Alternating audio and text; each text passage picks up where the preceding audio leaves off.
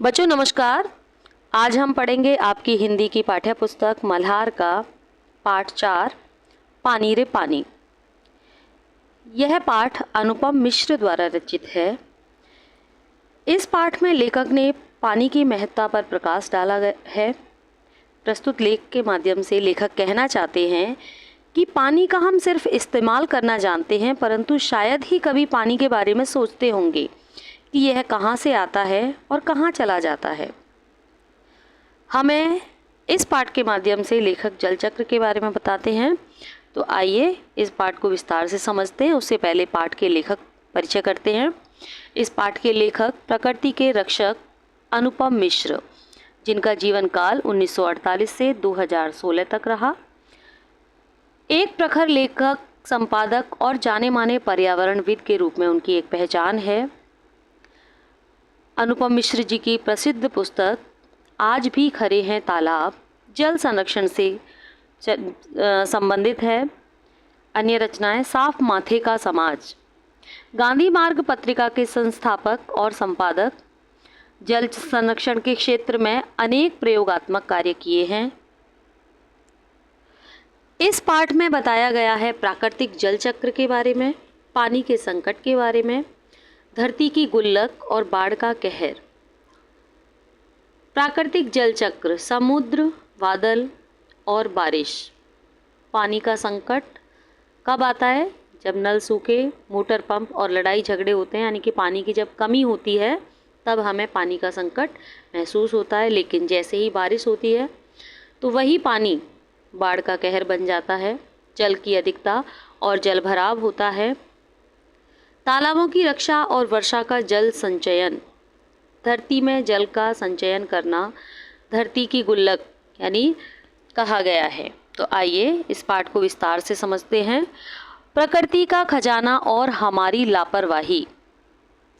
इस पाठ में जल चक्र के महत्व और वर्तमान जल संकट को समझाया गया है। प्रकृति ने हमें वर्षा के रूप में एक अनमोल खजाना दिया है, जिसे धरती की गुल्लक, तालाब, झील में सहेजना चाहिए। परंतु हम लालच में जल स्रोतों को पाटकर उन पर इमारतें बना देते हैं। इसी बड़ी गलती के कारण आज हमें गर्मियों में भयंकर अकाल और बरसात में बाढ़ का सामना करना पड़ता है। जल संचयन ही इस संकट का एकमात्र समाधान है। भूगोल की किताब में हमने जल चक्र के बारे में तो खूब पढ़ा है। किताबों में जल चक्र बहुत सुंदर लगता है। सूर्य की गर्मी से समुद्र का पानी भाप बनता है, जिसे वाष्पीकरण कहते हैं। उसे बादल बनते हैं और फिर बारिश की बूंदों के रूप में पानी वापस नदियों से होते हुए समुद्र में मिल जाता है। लेकिन असल जिंदगी में यह चक्र बिगड़ चुका है।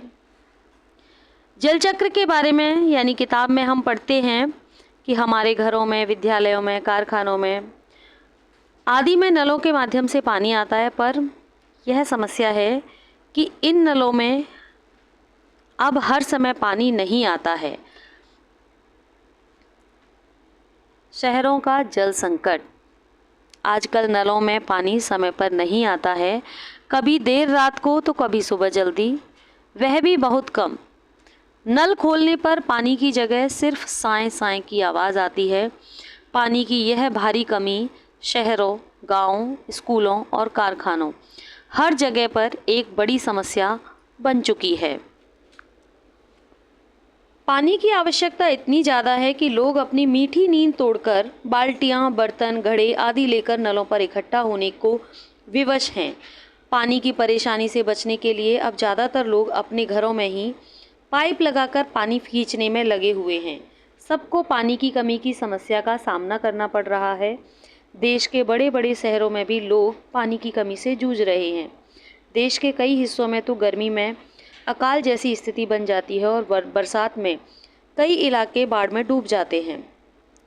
यह बाढ़ न गांव को छोड़ती है, न मुंबई जैसे बड़े शहरों को। मोटर पंप और तूतू मैमे। अपनी पानी की कमी को पूरा करने के लिए लोग नलों के पाइप में भारी मोटर लगवा देते हैं, जिससे मोटर पानी खींच लेती है और पड़ोसियों का हक छीन जाता है। यही कारण है कि पानी के लिए गली मोहल्लों में रोज तू मैं होने लगती है और जिससे विवाद बढ़ने लगता है। बरसात का कहर और बाढ़। गर्मियों के सूखे ठीक विपरीत बरसात के मौसम में इतना अधिक पानी बरसता है कि शहरों की सड़कों और घर, स्कूल, खेत खलियान सब डूब जाते हैं। बड़े शहरों और गांवों में बाढ़ आ जाती है और कुछ दिनों के लिए जीवन पूरी तरह थम जाता है। एक ही सिक्के के दो पहलू, गर्मी और अकाल। सूखे नल यानी गर्मी में जो स्थिति होती है, नल सूख जाते हैं, पानी की लड़ाई आपस में लोगों में होने लगती है और सबका जीवन अस्त व्यस्त हो जाता है। वहीं बरसात के दिनों में पानी की मात्रा इतनी हो जाती है कि सड़कें डूब जाती हैं, घरों में पानी भर जाता है लोगों के और जीवन रुक जाता है। इन दोनों ही आपदाओं का मूल कारण, यह दोनों आपदाएं इसलिए आती हैं क्योंकि हमने प्राकृतिक जल स्रोतों, झीलों को कचरे से भर दिया है और उन पर मकान और स्टेडियम बना दिए हैं। धरती की विशाल गुल्लक। धरती एक बहुत बड़ी गुल्लक के समान है। जैसे हम गुल्लक में पैसे जमा करते हैं, वैसे ही प्रकृति बारिश का पानी देती है। हमारे तालाब और झीलें सब बारिश के पानी को सोखकर धरती के नीचे भूजल भंडार करती हैं। जमीन के नीचे छिपे जल के भंडार में धीरे धीरे रिस कर छनकर जा मिलता है। इससे हमारा भूजल भंडार समृद्ध होता है। पानी का यह खजाना हमें दिखता है नहीं है, लेकिन इसी खजाने से हम बरसात का मौसम बीत जाने के बाद पूरे साल भर तक पानी का इस्तेमाल कर सकते हैं। हमारा कर्तव्य, जल चक्र को संभालना। यदि हमें अकाल और बाढ़ से बचना है तो हमें जल चक्र को ठीक से समझना होगा। जब बरसात हो तो पानी को थाम लें, तालाबों की रक्षा करें और अपनी धरती की गुल्लक भरते रहें। यदि हमने ऐसा नहीं किया तो हम हमेशा के लिए पानी के चक्कर में फंसते चले जाएंगे। पाठ में आए महत्वपूर्ण तथ्य। वाष्पीकरण के विषय में बताया गया है इस पाठ में कि सूर्य की गर्मी से समुद्र का जल भाप बनकर उड़ जाता है और वापस बारिश के रूप में हमें समुद्र में प्राप्त होता है या बारिश के रूप में हमें प्राप्त होता है। मूल्यवान संपत्ति। पाठ में पानी को रुपयों पैसों से भी कई गुना अधिक कीमती बताया है। भूजल, जमीन के नीचे जमा पानी का भंडार जिसे तालाब और झीलें रिचार्ज करती हैं। प्रभावित नगर। इस पानी की समस्या से छोटे गांव ही नहीं बल्कि बड़े बड़े शहर भी प्रभावित होते हैं।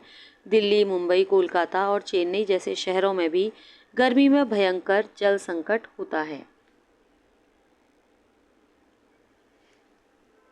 पाठ से मिलने वाली सीख, जल ही जीवन है। यह पाठ हमें सिखाता है कि जल संरक्षण हमारा सबसे बड़ा कर्तव्य है। हमें लालच छोड़कर अपने पुराने तालाबों, झीलों और नदियों की रक्षा करनी चाहिए। बारिश की हर बूंद को सहेजकर धरती की गुल्लक को समृद्ध बनाना ही हमारे भविष्य को सुरक्षित कर सकता है। अगर हमें इन समस्याओं से बचना है तो हमें अपने आसपास के जल स्रोतों की, तालाबों की और नदियों आदि की रखवाली अच्छे ढंग से करनी होगी। आज हमें ज़रूरत है जल चक्र को ठीक से समझने की, अपने भूजल भंडार को सुरक्षित रखने की और अपनी गुल्लक भरते रहने की। तभी हम पानी की कमी की समस्याओं से छुटकारा पा सकेंगे। पानी रे पानी पाठ में अनुपम मिश्र जी ने बताया है कि पानी की फिजूल खर्ची से हमें बचना चाहिए और भविष्य निधि के रूप में बरसात का पानी का भंडार करके रखना हमारी पहली प्राथमिकता होनी चाहिए। जल है तो जीवन है, इसकी सार्थकता को पूरा करना हमारा कर्तव्य है।